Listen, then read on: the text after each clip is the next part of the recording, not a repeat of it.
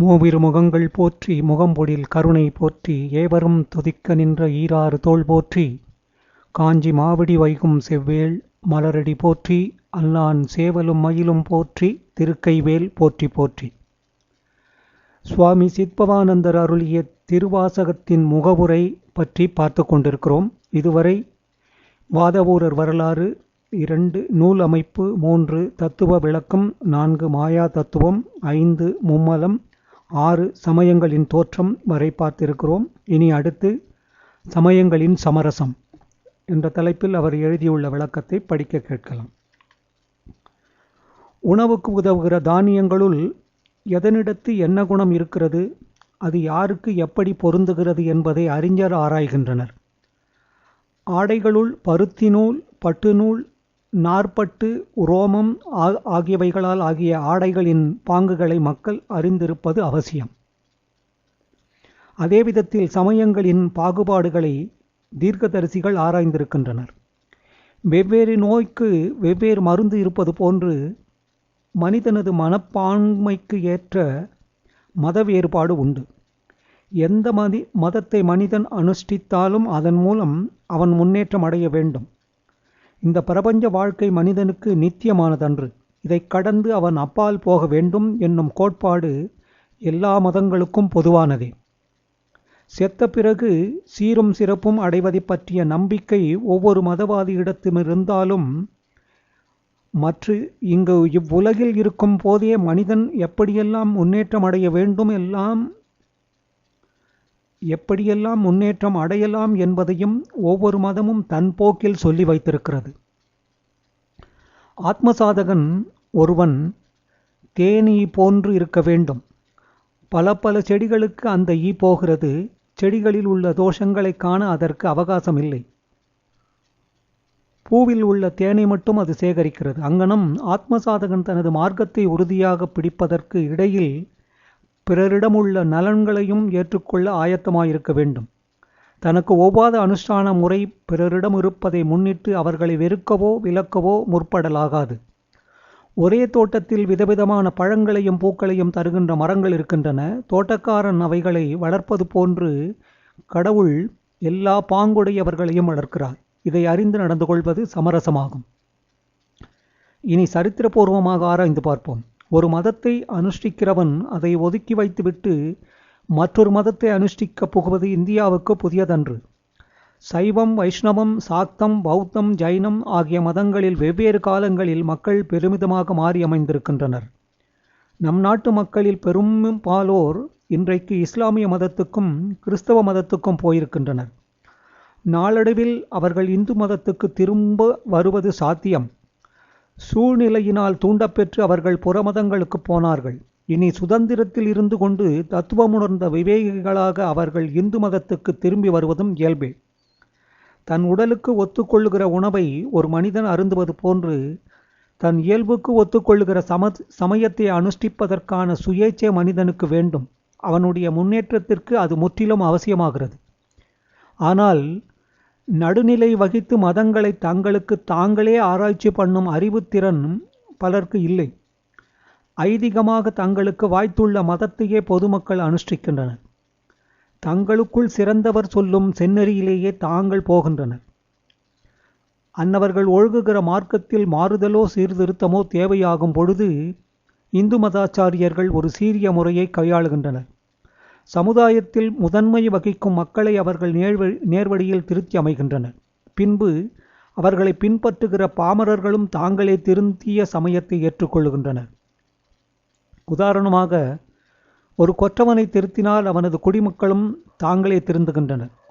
ஒரு மதகுருவை திருத்தினால் அவரது சிஷ்யர்களும் தாங்களே திருந்தி அமைகின்றனர். தலைவனை திருத்துதல் வாயிலாக அவனை சார்ந்தவர்களை எல்லாம் ஏகோபித்து திருத்துவது சான்றோரது சீரிய செயலாகும். உணவு வகைகள் பல இருக்கின்றன. இயற்கையில் அமைப்பு அத்தகையது. அத்தனை வகை உணவுகளில் அவரவருக்கு பொருந்தியதை மக்கள் பிரித்து எடுத்துக் கொள்கின்றனர். அப்படி செய்வதில் இழுக்கோ இழிவோ இல்லை. ஒத்துக்கொள்ளும் உணவை ஏற்பதே முறை. உடலுக்கு ஏற்ற உணவு இருப்பது போன்று இயல்புக்கு ஏற்ற சமயமும் உண்டு. இறைவனுடைய திட்டம் அத்தகையது. அகச்சமயம் புறச்சமயம் என்பனவெல்லாம் மனிதனுடைய கற்பனை. எல்லாம் ஈசனுடைய உடைமை என்றும் எல்லாம் ஈசனுடைய செயல் என்றும் அங்கீகரிக்கிறவர்கள் சமயத்துறையிலும் அக்கோட்பாட்டை காண கடமைப்பட்டிருக்கின்றனர். வேறுபடும் சமயமெல்லாம் புகுந்து பார்க்கின் விளங்கு பரம் பொருளே நின் விளையாட்டல்லால் மாறுபடும் கருத்தில்லை முடிவில் மோன வாரிதியின் நதித்திரள் போல் வயங்கிற்றம்மா. மனிதனுடைய முன்னேற்றத்துக்கு இடைஞ்சலாயிருப்பவைகளுள் மதவெறி ஒன்று.